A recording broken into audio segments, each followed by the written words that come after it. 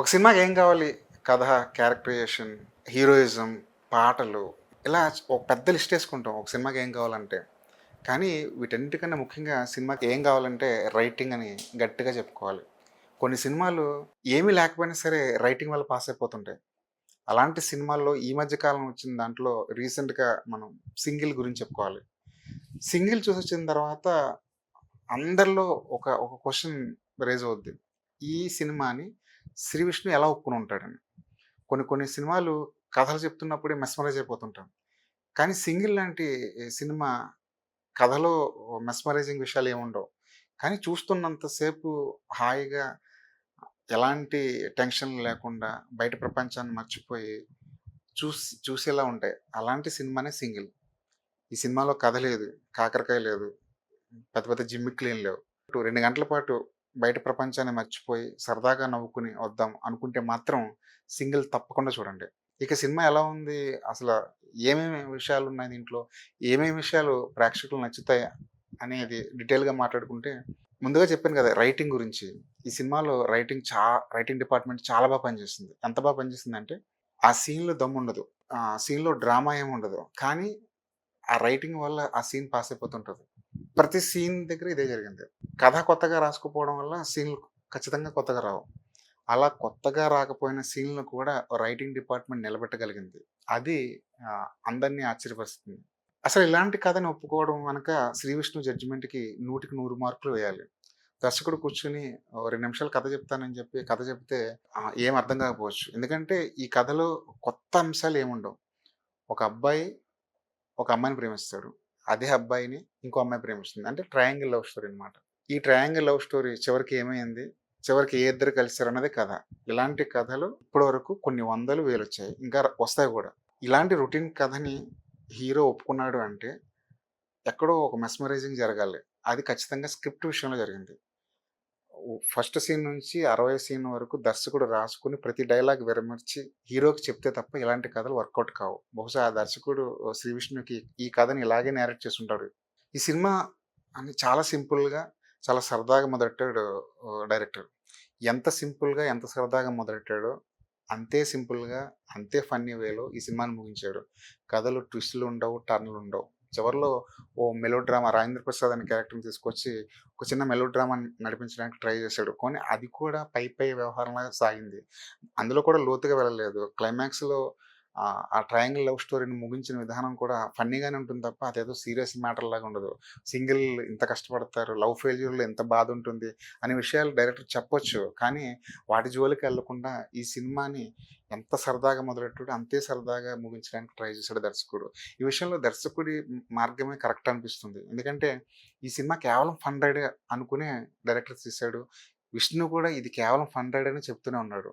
తాము ఏదైతే నమ్మారో, తాము ఎలాంటి సినిమానైతే తీద్దామనుకున్నారో, ఖచ్చితంగా అలాంటి సినిమానే తీశారు 'శ్రీ విష్ణు' ఆ డైరెక్టర్ కూడా. నటీనటుల యొక్క ప్రతిభ ఎప్పుడు బయటకొస్తుందంటే, ఆ సన్నివేశంలో ఏమి లేకపోయినా సరే దాన్ని నిలబెట్టగలగాలి.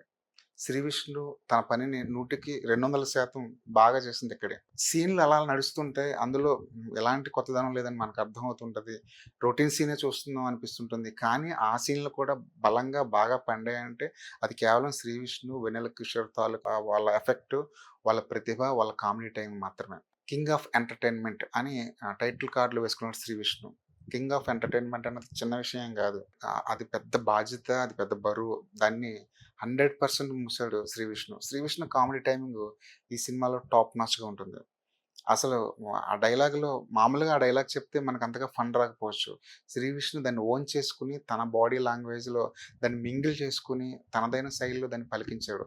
ఈ విషయంలో 'శ్రీ విష్ణు' చాలా కొత్తగా అనిపించాడు. సరిగ్గా ఇలాంటి మ్యాజిక్కే 'డీజే టిల్లులో' జరిగింది. 'డీజే టిల్లులో' ఆహ్, సిద్ధు జొన్నలగడ్డ చెప్తున్నవన్నీ మనకు మామూలుగా అనిపించే మాటలే. కానీ సిద్ధు జొన్నలగడ్డ ఏం చేశాడంటే, తన టైమింగ్‌లోకి ఆ డైలాగ్‌ని మార్చుకున్నాడు. కాబట్టి అక్కడ ఆ డైలాగ్స్ అన్నీ బాగా వర్కౌట్ అయ్యాయి. సేమ్ అదే పంథాలో 'శ్రీ విష్ణు' తన ప్రతి డైలాగ్‌ని తన బాడీ లాంగ్వేజ్‌లోకి మార్చుకొని, తన టైమింగ్‌తో చెప్పడం వల్ల అవన్నీ చాలా పర్ఫెక్ట్‌గా కుక్ అయ్యాయి. ఇక 'వెన్నెల కిషోర్' చాలా కాలం తర్వాత 'వెన్నెల కిషోర్' ఫుల్ ఫ్లెడ్జ్డ్ క్యారెక్టర్‌లో కనిపించాడు. తన టైమింగు, తన పెర్ఫార్మన్సు, తన బాడీ లాంగ్వేజు, తన మోడ్యులేషను సూపర్బ్‌గా నడిచాయి. 'శ్రీ విష్ణు, వెన్నెల కిషోర్' ప్రతి ఫ్రేమ్‌లోనూ, ప్రతి సీన్‌లోనూ వీళ్ళిద్దరూ జంటగా కనిపిస్తుంటారు. అయినా సరే మనకు బోర్ కొట్టదు. వాళ్ళిద్దరి కెమిస్ట్రీ చాలా బాగా వర్కౌట్ అయింది. సినిమా అంతా హిలేరియస్‌గా నడవడానికి మామూలు సీన్‌లు కూడా థియేటర్‌లో బాగా పే ఆఫ్ అవ్వడానికి వీళ్ళిద్దరూ ప్రధానమైన కారణం అని చెప్పుకోవాలి. ఈ సినిమా మొత్తం చూస్తే కనీసం 100 సింగిల్ లైనర్‌లైనా పేలుంటాయి. ప్రతి డైలాగ్‌లోనూ, ప్రతి సీన్‌లోనూ అక్కడక్కడ సింగిల్ లైనర్‌లు వచ్చి పడిపోతుంటాయి. అవన్నీ చాలా బాగా రాసుకున్న రైటింగ్ టీమ్ మనది. మీమ్స్‌లో, ట్రోలింగ్ స్టఫ్‌లో ఉండే కంటెంట్ అంతా ఈ సినిమాలో కనిపించింది. ఈ కంటెంట్‌ని వాడుకోవడం పెద్ద కష్టమేం కాదది. ఏ రైటర్ అయినా సరే చాలా ఈజీగా వాడేసుకోవచ్చు. తొందరగా కనెక్ట్ అయిపోతుంది కాబట్టి. కానీ ఆ కంటెంట్‌ని కరెక్ట్ టైంలో, కరెక్ట్ సీన్‌లో, కరెక్ట్ ప్లేస్‌మెంట్‌లో వాడుకోవాలి. 'సింగిల్' అనే సినిమాలో కరెక్ట్‌గా అదే జరిగింది. ఏ ఏ డైలాగ్ వాడుకున్నా సరే అది సీన్‌లో వచ్చి కూర్చుంది కాబట్టి ఆ డైలాగ్స్‌ని బాగా ఓన్ చేసుకున్నారు ఆడియన్స్. ఆహ్, రీసెంట్‌గా మనం చూస్తే 'మంచు వ్యవహారంలో' 'పంది పోడ' అనే డైలాగు బాగా వైరల్ అయిపోయింది. అది మీమ్స్‌లోను, ట్రోల్స్‌లోను బాగా కనిపిస్తుంది. అలాంటి డైలాగ్ తీసుకొచ్చి ఈ ఈ సినిమాలో వాడారు. ఆ వాడడం గాదు. దానికొక కౌంటర్ గూడా వేశారు. ఆ కౌంటర్ ఎలా ఉంటదన్నది మీరు థియేటర్‌లో చూస్తే అర్థమవుతుంది. ప్రతి హీరోని 'శ్రీ విష్ణు' ఇమిటేట్ చేశాడు. ప్రతి హీరోకి సంబంధించిన ఏదో ఒక డైలాగ్ మనకి అక్కడక్కడ కనిపిస్తుంటుంది. బాలయ్య బాబుకి సంబంధించిన డైలాగులుంటాయి. చిరంజీవి గారి మేనరిజం ఉంటుంది. వెంకటేష్ గారి మేనరిజం ఉంటుంది. అలా ప్రతి ఒక్క హీరోని అందరిని కవర్ చేసుకుంటూ వెళ్ళిపోయాడు. ఆఖరికి అల్లు అర్జున్ గురించి కూడా ఈ సినిమాలో కొన్ని డైలాగ్స్ వినిపిస్తాయి. అల్లు అర్జున్ అంటే గుర్తొచ్చింది. అల్లు అరవింద్ ని కూడా ఈ సినిమాలో బాగా వాడుకున్నారు. 'వెన్నెల కిషోర్' క్యారెక్టర్‌కి అరవింద్ అనే పేరు పెట్టారు. అరవింద్ అనే పేరు పెట్టడమే గాదు, అల్లు అరవింద్ అంత మంచోడు అనుకున్నాను. 'ధృవ'లో అరవింద్ స్వామి అంత కన్నింగ్ ఫెలో అనుకోలేదు అన్నట్టు కొన్ని డైలాగులు వాడారు. అంటే అల్లు అరవింద్‌ని, అటు స్టైలిష్ స్టార్ అల్లు అర్జున్‌ని వీళ్ళిచ్చిన ఎలివేషన్‌లు అన్నమాట ఇది. ఈ సినిమాకి బన్నీ వాసు ఒకానొక నిర్మాత. ఆయన ప్రొడక్షన్‌లో కూడా పాలుపంచుకున్నారు. సో, అలాగా బన్నీ వాసు తన స్వామి భక్తిని ఈ రకంగా చూపించుకున్నారేమో.